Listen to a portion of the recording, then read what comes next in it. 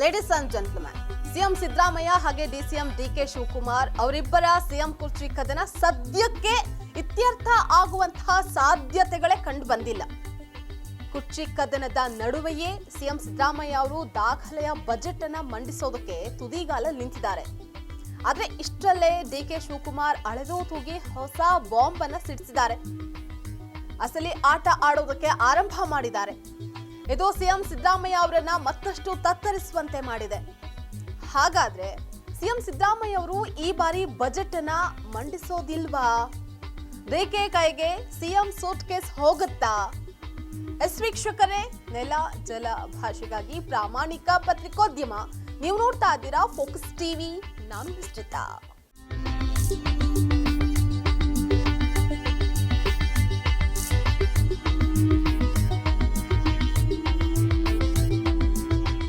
ರಾಜ್ಯದಲ್ಲಿ ಸಿಎಂ ಕುರ್ಚಿ ಕದನ ಕಾವೇರಿದೆ. ಸಿಎಂ ಸಿದ್ದರಾಮಯ್ಯ ಹಾಗೆ ಡಿಸಿಎಂ ಡಿಕೆ ಶಿವಕುಮಾರ್ ಅವರು ನಾನಾ ನೀನಾ ಅಂತ ಪ್ರತಿಷ್ಠೆಗಿಳಿದಿದ್ದಾರೆ.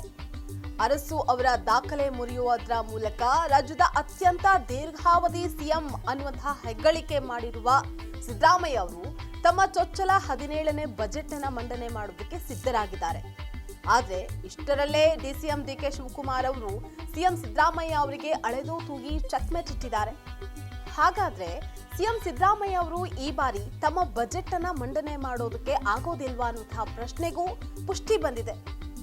ಇಂತಹದ್ದೊಂದು ಹೊಸ ತಂತ್ರಕ್ಕೆ ಡಿಸಿಎಂ ಡಿಕೆ ಶಿವಕುಮಾರ್ ಅವರು ಮುಂದಾಗಿದ್ದಾರೆ ಅಂತ ಹೇಳಲಾಗ್ತಾ ಇದೆ. ಇದು ಸಿಎಂ ಸಿದ್ದರಾಮಯ್ಯ ಅಂಡ್ ಟೀಮ್ ತತ್ತರಿಸುವಂತೆ ಮಾಡಿದೆ. ಹಾಗಾದ್ರೆ ಡಿಕೆ ಶಿವಕುಮಾರ್ ಅವರು ಸಿಎಂ ಸಿದ್ದರಾಮಯ್ಯ ಅವರು ಈ ಬಾರಿ ಬಜೆಟ್ ಅನ್ನ ಮಂಡಿಸದಂತೆ ತಡೀತಾರಾ?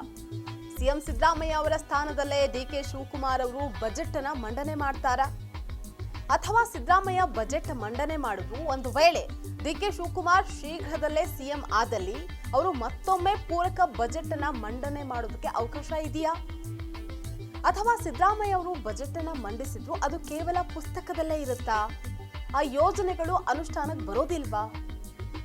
ಇಷ್ಟು ದಿನಗಳು ಸಿದ್ಧತೆ ನಡೆಸಿ ಸಿದ್ದರಾಮಯ್ಯ ಮಂಡನೆ ಮಾಡುವಂತಹ ಬಜೆಟ್ ವ್ಯರ್ಥವಾಗುತ್ತಾ?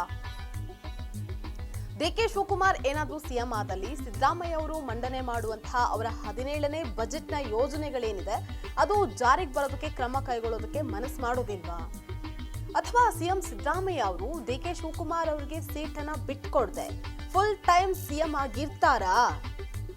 ಇನ್ನು ಸಿಎಂ ಸಿದ್ದರಾಮಯ್ಯ ಅವರು ತಾವು ಬಜೆಟ್ನಲ್ಲಿ ನೀಡುವಂತಹ ಭರವಸೆಗಳನ್ನ ಈಡೇರಿಸೋದಕ್ಕೆ ಸಾಧ್ಯನಾ?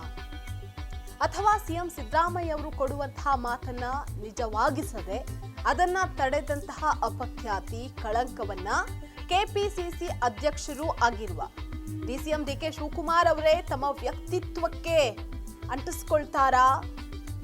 ಅಥವಾ ಅಧಿಕಾರದ ಆಸೆಗಾಗಿ ತಮ್ಮದೇ ಪಕ್ಷದ ಸಿದ್ದರಾಮಯ್ಯ ಅವರ ಹೆಸರಿಗೆ ಕಳಂಕವನ್ನ ತಂದೊಡ್ತಾರಾ ಅನ್ನುವಂತಹದ್ದೇ ಸದ್ಯದ ಪ್ರಶ್ನೆ. ಇದಾಗಿತ್ತು ಇವತ್ತಿನ ಫೋಕಸ್ ಬಿಗ್ ಸ್ಟೋರಿ. ನೆಲ ಜಲ ಭಾಷೆಗಾಗಿ ನೋಡ್ತಾ ಇರಿ ಫೋಕಸ್ ಟಿವಿ.